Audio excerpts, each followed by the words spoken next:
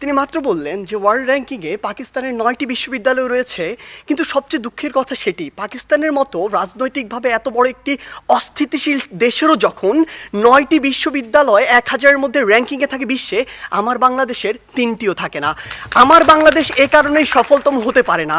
তিনি আজকে বললেন আমরা নাকি আমাদের যে স্বপ্ন সেটিকে বিশ্বাস করি না।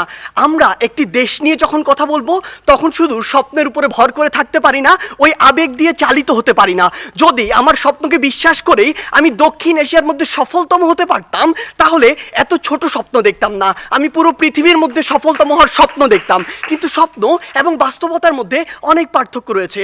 আজকে তাদের 3 বক্তা যে তথ্যগুলো দিয়ে গেলেন, তাদের তথ্য অনুযায়ী 1971 থেকে আজকে 2022 সালে এসে বাংলাদেশ প্রত্যেকটি ক্ষেত্রে উন্নত হয়েছে। হ্যাঁ, আমরা বিশ্বাস করি উন্নত হয়েছে, কিন্তু দক্ষিণ এশিয়ার অন্যান্য দেশ কিংবা পৃথিবীর অন্যান্য দেশ কি বসে রয়েছে? বিজ্ঞ বিচারক মণ্ডলী একটু লক্ষ্য করুন, 2020 সালের তথ্য মতে বাংলাদেশের যে অর্থনীতি, এটি হচ্ছে বিশ্বের 35তম বড় অর্থনীতির দেশ, যেটা 2035 সালে গিয়ে হবে বিশ্বের 25তম বড় অর্থনীতির দেশ।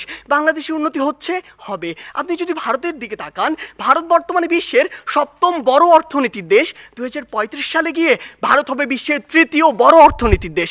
ভারত আপনার দিকে তাকিয়ে বসে রয়েছে না, দক্ষিণ এশিয়ার অন্যান্য দেশ বসে থাকছে না, পৃথিবীর অন্যান্য দেশগুলো বসে থাকছে না। আমাদের কথা হচ্ছে যখন আমরা দক্ষিণ এশিয়ার সফলতম হতে চাইবো, আমাদের সামনে যে একটি ব্যারিয়ার রয়েছে ভারত, সেটিকে আমাদের টপকে যেতে হবে। কেন আমরা যেতে পারবো না, কোথায় কোথায় সে বাধাগুলো রয়েছে, সেগুলো নিয়ে আজকে আমরা কথা বলবো। তারা আজকে বললেন আমরা আন্তর্জাতিক অনেক স্বীকৃতি পেয়েছি। হ্যাঁ, আমরা অসংখ্য স্বীকৃতি পেয়েছি, কিন্তু আপনি এটি কেন বলছেন না যে ট্রান্সপারেন্সি ইন্টারন্যাশনাল 2021 সালে বলেছে দক্ষিণ এশিয়ার সবচেয়ে দুর্নীতিগ্রস্ত দেশ বাংলাদেশ। তারা বলেছে অন্তত আফগানিস্তানের পিছনে বাংলাদেশ রয়েছে, নেপাল, ভুটান, এদের চেয়েও বাংলাদেশ বেশি দুর্নীতিগ্রস্ত দেশ। আপনি কেন এটি বলছেন না? বিগত 15 বছর ধরে আপনার দেশ থেকে যে পরিমাণ অর্থ পাচার হয়েছে, তা দিয়ে আপনার দেশে 2 বছরের বাজেট দেওয়া যেত। আমাদের সমস্যাগুলো এই জায়গায়। আপনি শিক্ষা নিয়ে কথা বলছেন, বাংলাদেশের শিক্ষা খাত যদি লক্ষ্য করুন, পৃথিবীর কোনো মধ্যম আয়ের দেশ, স্বল্পোন্নত দেশ কিংবা উন্নত দেশে জিডিপির মাত্র 2% শিক্ষা খাতে বরাদ্দ দেওয়া হয় না, বাংলাদেশে মাত্র 2% দেওয়া হয়। শুনে অবাক হবেন, এই 2%-এর অধিকাংশই চলে যায় আমাদের ওই শিক্ষক, কর্মকর্তা, কর্মচারীদের বেতন দিতে।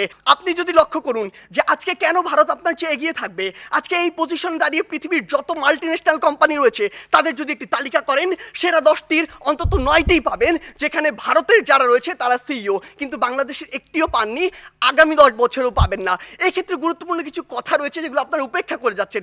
আপনারা কিভাবে ভারতের সাথে তুলনা করেন? একটু আগে একটি হাস্যকর কথা বলে গিয়েছেন যে ভারতে নাকি 0.2 মিলিয়ন, অর্থাৎ মাত্র 2 লক্ষ মানুষ বিদ্যুতের সুবিধার কাছাকাছি যেতে পারেনি।